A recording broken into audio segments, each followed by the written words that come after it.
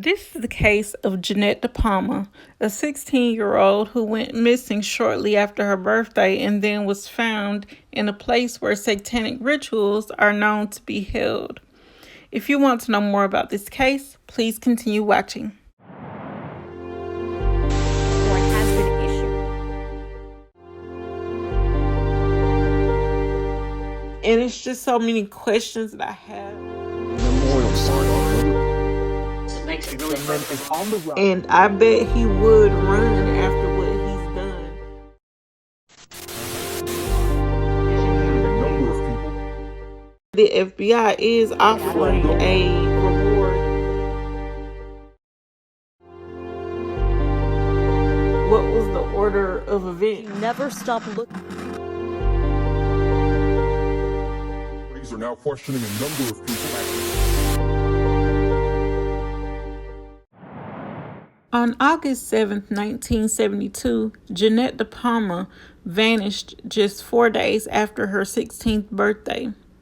Jeannette left her home in Springfield Township, New Jersey, telling her mom that she was going to visit her friend and she was going to take the train to get there, but sadly she never arrived at her friend's house and she never returned home either.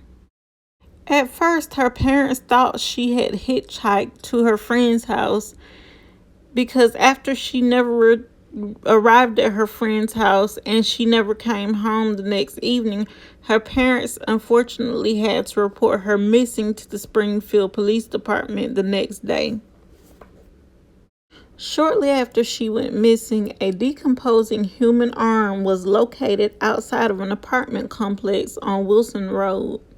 According to police accounts in newspapers, the arm was carried to the apartments from the Halua Quarry, a former crystal and gravel quarry now divided by Interstate 78 and sits between the Baltrasal Golf Club and the Watchung Reservation. A search of the area led investigators to the body of Jeannette laying atop a tall rock formation on September 19, 1972. Upper class neighborhood, and this is the house that she grew up in. Please don't forget to like, share, comment, and subscribe. Jeannette's family was of the Christian faith, and Jeannette was very committed to her faith. Her family lived on Clearview Road in the upper class community of Springfield. It was beautiful there, and you can even see Manhattan's stunning skyline from the peaceful neighborhood. And the house that you just saw was the house that she grew up in. Over the years, there have never been any arrests and the leads have dried up. Her death is classified as suspicious and no definitive cause of death was ever determined. Jeannette's death occurred during the Jesus movement in the 1970s, which was a time when communes and free love were waning and families were returning to evangelical roots. While many families returned to their faiths, it was also a time of something known as the Satanic Panic, when widespread unsubstantiated rumors about witchcraft and Satanism were making the news. And back then, we didn't have the internet and things to look things up. So people spread rumors, and a lot of things started by word of mouth, and it's kind of like the telephone game, if some of you are old enough to remember that game.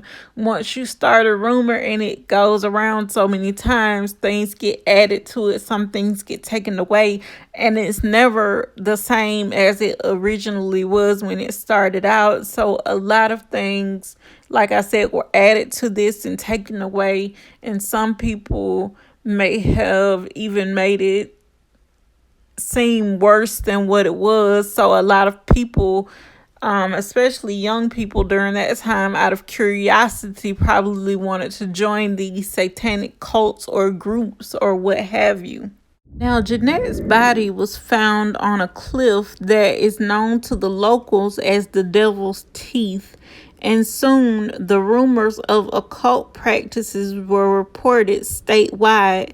Theories ranging from a coven of witches practicing black magic to satanic ritual sacrifices spread quickly through the community.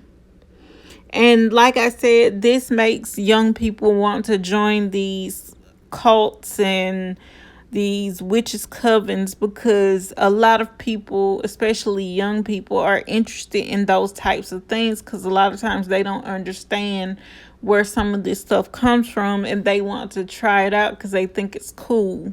According to the Union County Medical Examiner's report, Jeannette was found lying face down on top of the rock formation.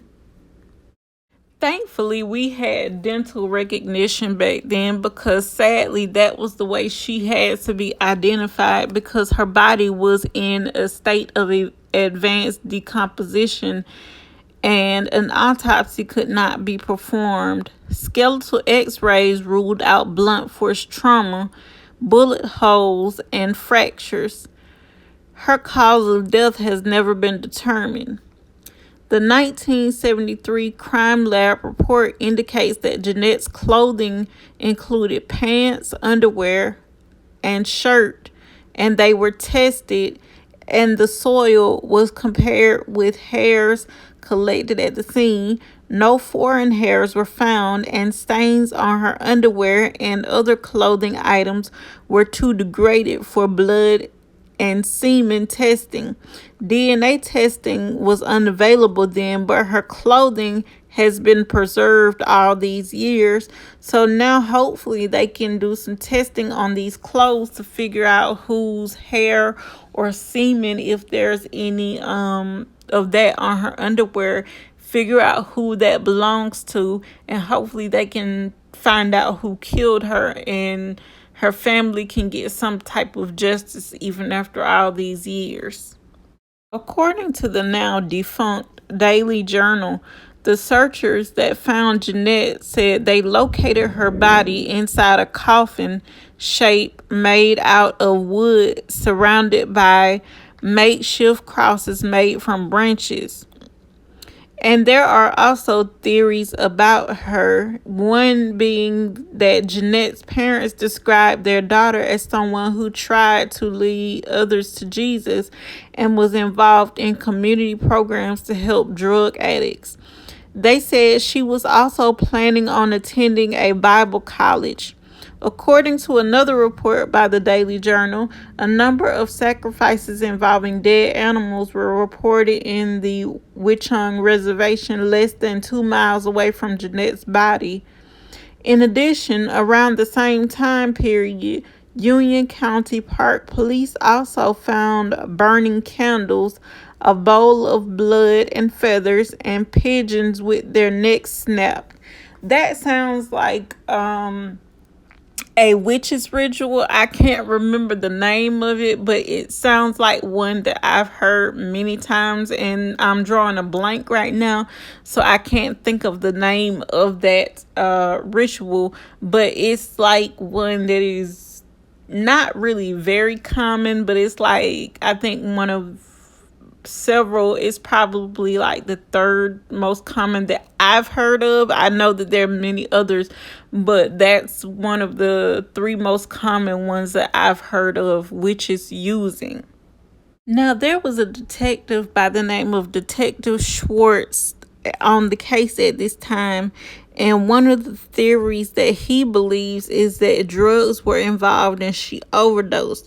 However, a toxicology report was negative for drugs, and I don't know if they tested for every drug, but I know that sometimes, depending on how long they waited to test for drugs, or between the time of when the drugs were ingested and the time of the body being found, the drugs can possibly leave the system, because you have to remember that some people, sadly, or all people, sorry, void their bowels and bladder when, once they die. So she could have done that, and the drugs left her system that way. And so that's probably why no drugs were found. If they tested for all drugs, even some drugs that are not commonly tested for during toxicology. It was also reported that Detective Schwartz knew some of the kids that Jeannette hung around with, and he knew that they were drug addicts. And so it is possible that, even though she was trying to lead them to Jesus, she possibly got mixed up in, the drugs somehow, hanging around those other kids.